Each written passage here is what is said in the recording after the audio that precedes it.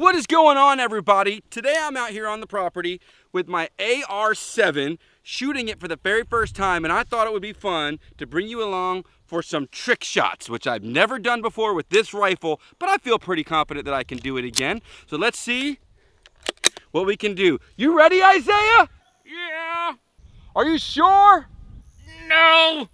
Move to your right. Your other right. Perfect! Ah, dude! Oh, I think the wind picked up. Awesome. Welcome back to Reasonably Prepared. I'm Joshua, and today I wanted to go over a prepper, survivalist type gadget type thing that I've had for a long time, but I've never actually used it. In our home, as part of our preparedness, we keep an ice box, or in case of emergency. And feel free to go back and check out the video of our ice box video. We've got a download of everything we put in there for you on PDF. Links will be in the description below. But as part of our, preparedness ice box, I keep a survival 22 rifle, okay? And that's going to be this guy right here. And this one's by Charter Arms. It's known as an AR-7. And it is a collapsible 22 survival rifle. And they're not super expensive. I think you can get them for anywhere from 180 to 250 bucks. I mean, at least right now you can, with the shortage and everything that's going on. I don't know. But I keep this in there, and I keep an abundance of 22 rounds in there. But the bricks, the paper boxes that come in, I find I don't like. So we'll put the 22 in an old peanut butter container because it contains it really well. And so the 22 is a great little survival rifle. You can do small game hunting with it, squirrels, even up to raccoons and things of that nature for food. It's good for plinking and target practice and things. But it occurred to me that I've owned this rifle for about 15 years and I've never fired it, which is not wise. How do I know if when I go to use it in a situation where I'm either camping or bugging out or bugging in, or I'm just, I have to evacuate or anything and use it, or if I just want to, keep it in my camper to hunt with it, how do I know it's going to work when I need it? So I decided to bring you guys along for the ride for me shooting it for the very first time. And I want to give you some of the cool uniquenesses of it. So it is a 22 rifle that folds completely down into the stock. And if you open, you can see the whole rifle's in here.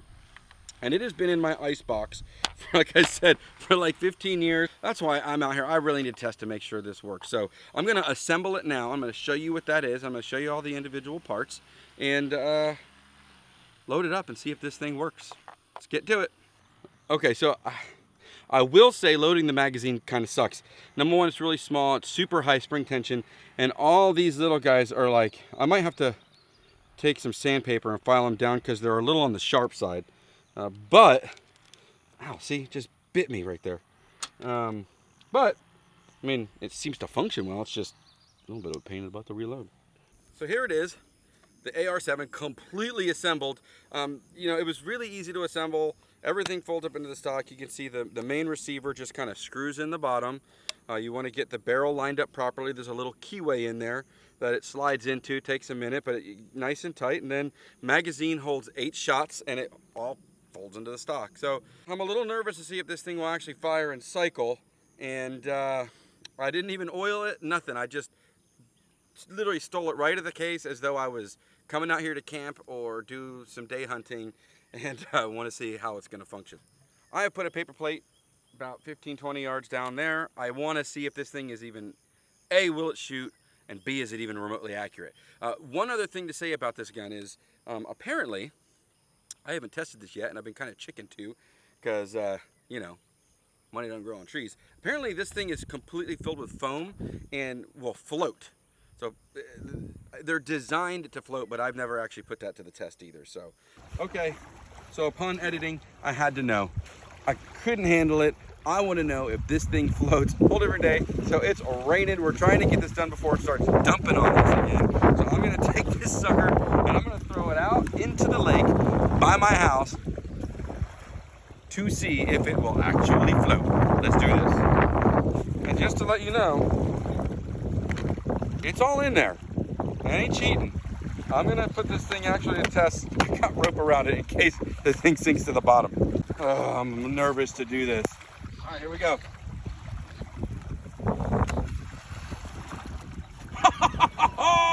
Dude, it floats. All right, hold on. See? It floats. And there is some water in it, so I'm gonna have to dry it out. Oh well, back to the video. I'm gonna load this sucker up and punch some holes in the paper. We are live on the range and ready to go.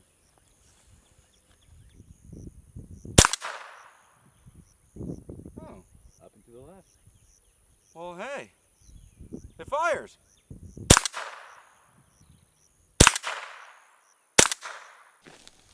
Man, dang, Gina, come and take a look here. I got two that are double punch, dead bullseye here. Man, that's actually really surprising. I had no idea it was going to perform like that.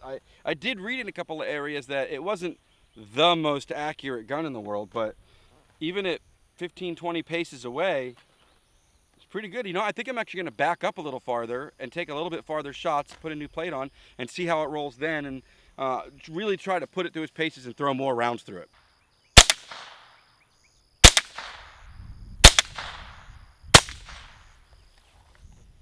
Got a stovepipe on the very last round. That was the last one though, so it didn't stovepipe the whole time. Let's go see how accurate I was. Wow. Seriously, wow again. If you zoom in, you can see one of them is dead bullseye. And I'm offhand, just floating around, trying to just see where, you know, I'm shooting at it, not being perfectly precise. I feel like if I had a rest, and I was actually shooting from some rested position, I believe that this thing would actually group pretty well. This right here would be a dead squirrel. I mean, I'd have food. I'd be able to defend myself with this at 30 full paces.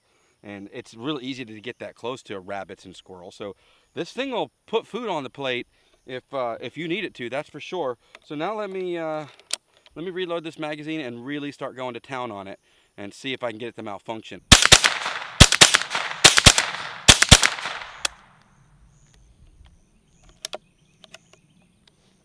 Man, these are shooting pretty good.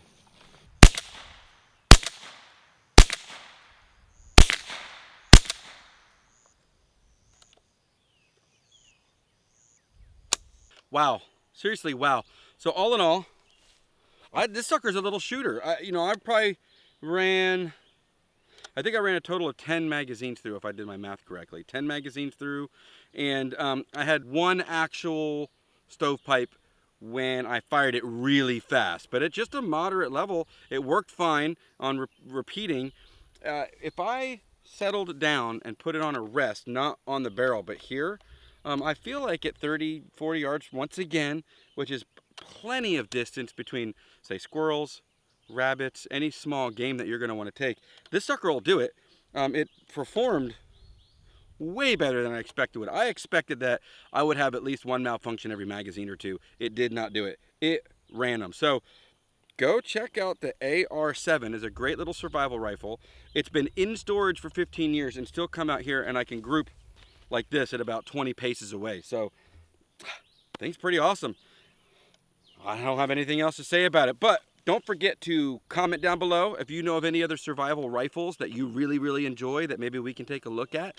Don't forget to subscribe, hit the little bell notification so that you get the alert whenever we come out with new videos. Go check out our merch, Reasonably Prepared. You guys are awesome. Thanks for being great, and we'll see you next time.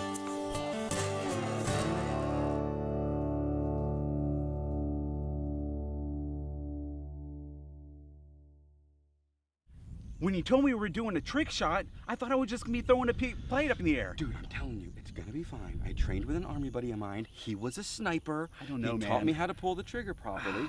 And it's not that far a shot. You're not gonna get hit. It's gonna be okay. Oh, okay.